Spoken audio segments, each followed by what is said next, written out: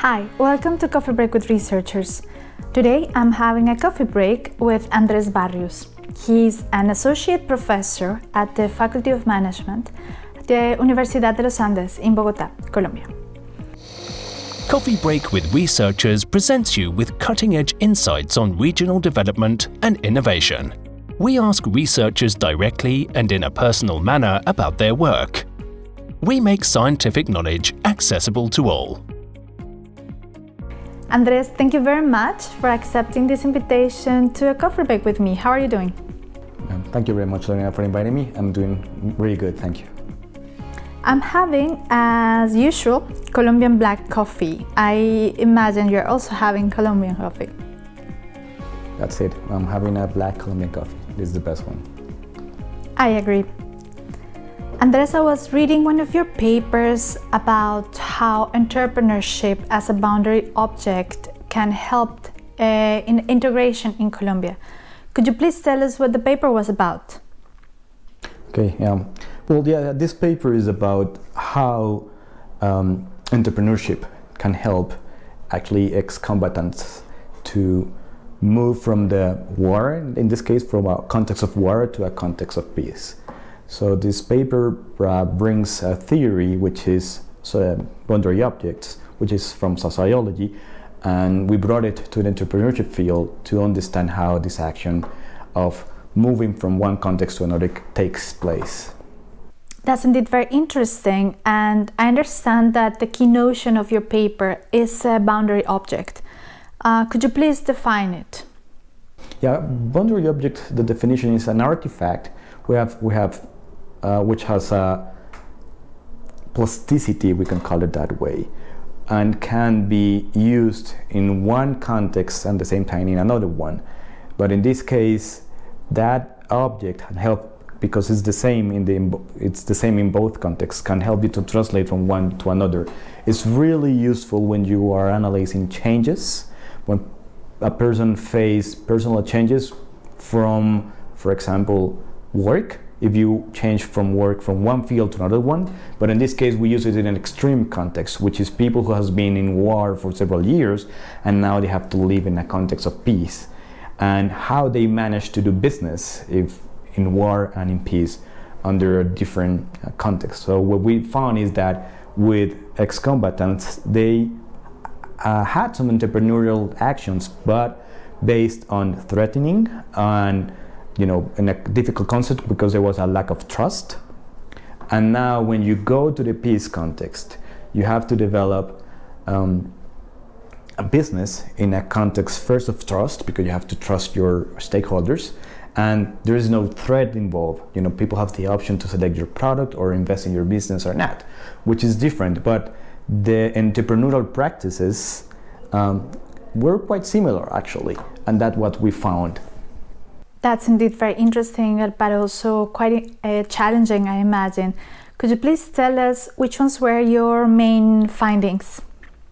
Yes, well, what we found is that, in this case, ex-combatants had an identification with the guerrilla group in this case, and they formed their identity and their practices around that. At the time, they were kind of proud of their group because they thought they were doing a good thing actually.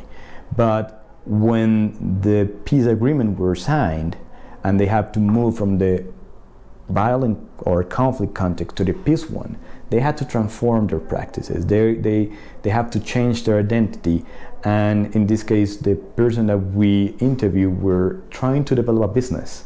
So we saw how according to boundary object theory, there is some subfield called the boundary object work, which means that it's an identity work when people start to transform themselves, which is I don't belong to the previous group, now I belong to this new context.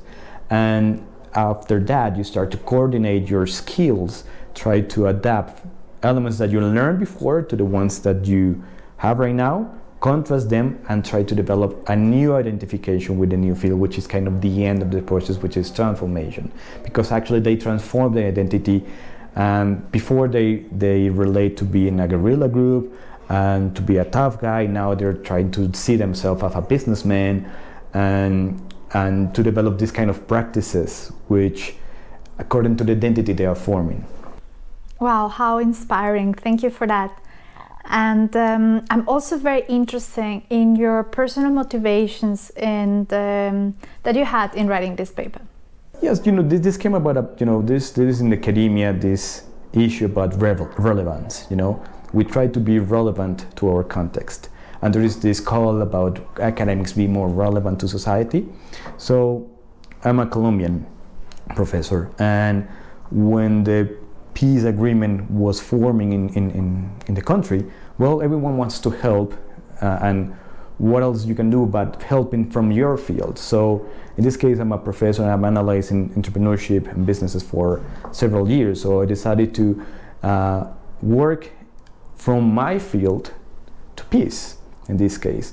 And there was a call about, how we are going as a society to bring these ex-combatants or ex-militants, they were 8,000, how we are going to reintegrate them into society. And according to the UN, one of the elements of reintegration is this DDR process, which is disarmament, demobilization, and reintegration. The social reintegration is actually the most difficult part. And so we decided to work in the economical reintegration. And by doing that, because we are in a business school, we decided, okay, there is two ways to do that, working or doing entrepreneurship. So we decided to focus on the entrepreneurship elements, and that's where my motivation came about. Wow, how nice to know. Thank you for sharing. Finally, I want to ask you about the policy implications of your paper. First, one of the policy implications of this paper is about how to make economic reintegration useful, easy to make, and successful in this case. So we believe it's going to be successful, because that's kind of the first one. Because what we are saying is, try to promote entrepreneurship among this population. And even though sometimes their business doesn't work quite well, there is a social and a learning process that takes place, and it's really important, because as some of them actually fail in their business endeavors, but it doesn't matter, because now they have learned and they wanted to do it again. They want to try again into the peace context. They don't want to go back to the violent one. And that's really important, because in addition to the economic, even they have it or not, there was a social learning about how to work in a society. So that is one.